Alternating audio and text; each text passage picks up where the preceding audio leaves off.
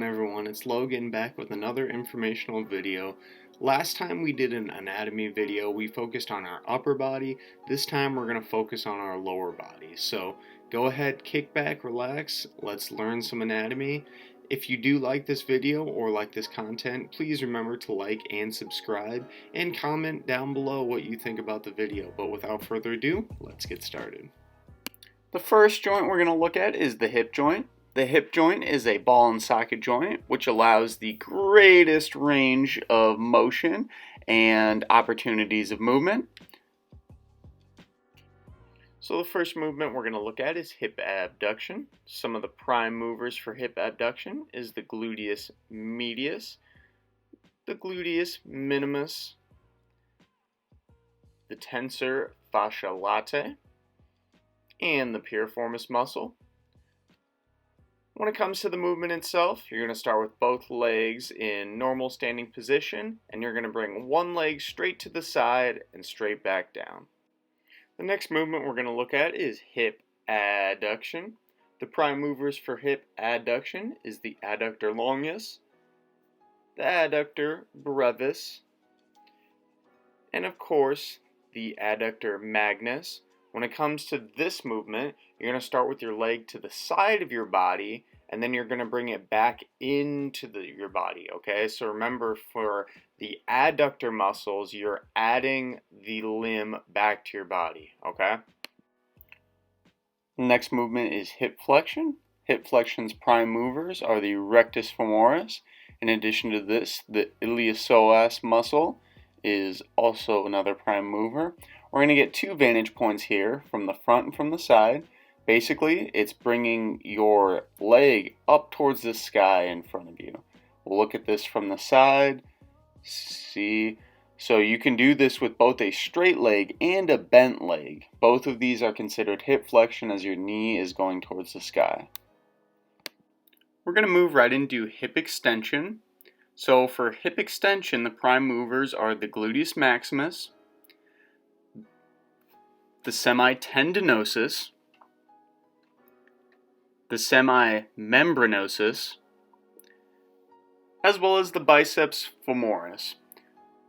Now when it comes to the movement itself, all you're doing is simply squeezing one of your butt cheeks and bringing your leg behind you.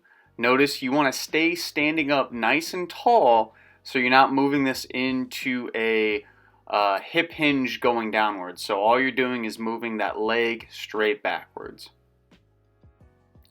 Next is hip external rotation, and there is only one prime mover, and this is the gluteus maximus. This one's kind of harder to visualize, so go ahead and sit down for this one. Pull one leg up, and then what you're going to do is move your ankle or foot towards the inside of your body, okay? This is what we know as hip external rotation. Now there are a few different ways you can kind of look at it, but for the most part this is the easiest in my mind. Now last but not least for the hip movements is hip internal rotation. The prime movers are the tensor fascia latae, the gluteus minimus, and lastly the gluteus medius. Go ahead and sit down for this one again and pull your knee up towards the ground with one knee, and then what you're going to do is move your foot towards the outside of your body this time. This is going to be hip internal rotation. The next joint we're going to look at is the knee joint. The knee joint is primarily a hinge joint, allowing it mainly flexion and extension movements. However, there is opportunity for both medial and lateral rotation. Next, we're going to move into knee movements, the first one being knee extension. Prime movers for knee extension are the sartorius muscle, all of the quadricep muscles, including the rectus femoris, the vastus lateralis, the vastus medialis, and finally the vastus intermedius. Knee extension is simply starting with your knee in a bent position and then kicking your leg out so it becomes nice and straight. So once again, starting with the knee bent and moving it into a straight position. The opposite movement of that is knee flexion, and the primary movers for that are the semitendinosus, the semimembranosus, as well as the biceps femoris. For this movement, your leg is going to be starting straight, and then you are going to move your knee into a bent position. So opposite movement, straight, moving it into bent. And after that, we're going to look at knee lateral or external rotation. The prime mover for this movement is the biceps femoris.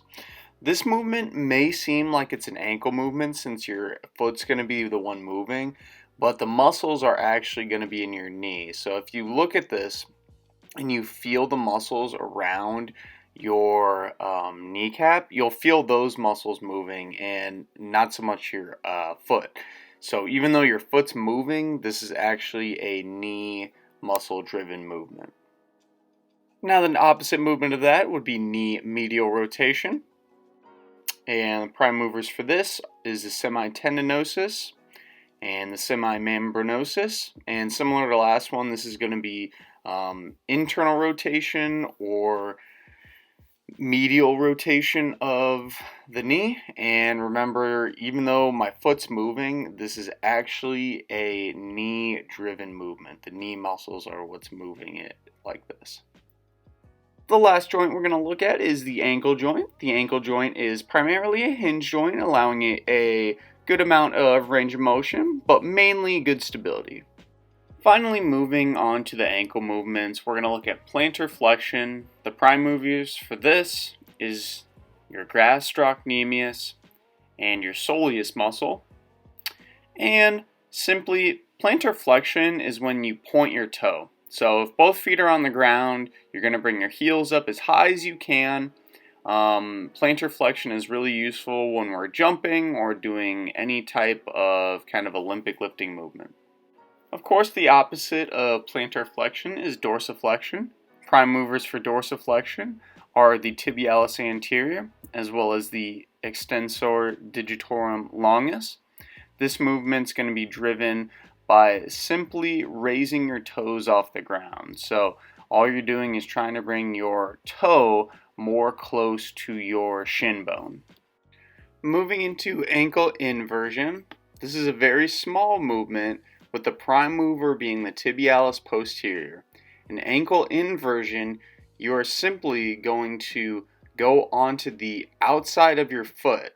So it's a very small movement, but you're kind of going to the edge of your foot and then back in, okay? So that movement going outside is inversion. Then, of course, the opposite of that is ankle eversion. Prime movers for this movement are the peroneus brevis as well as the peroneus longus.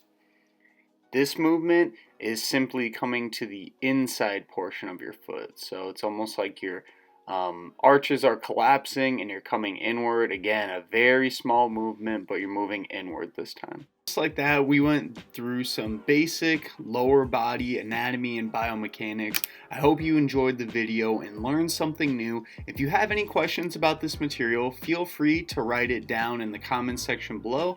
Thanks for joining me on this video. If you have any ideas of future videos or just something you want to see, feel free to also leave it down there. Make sure to like the video, share this with your friends, and we'll catch you in that next one.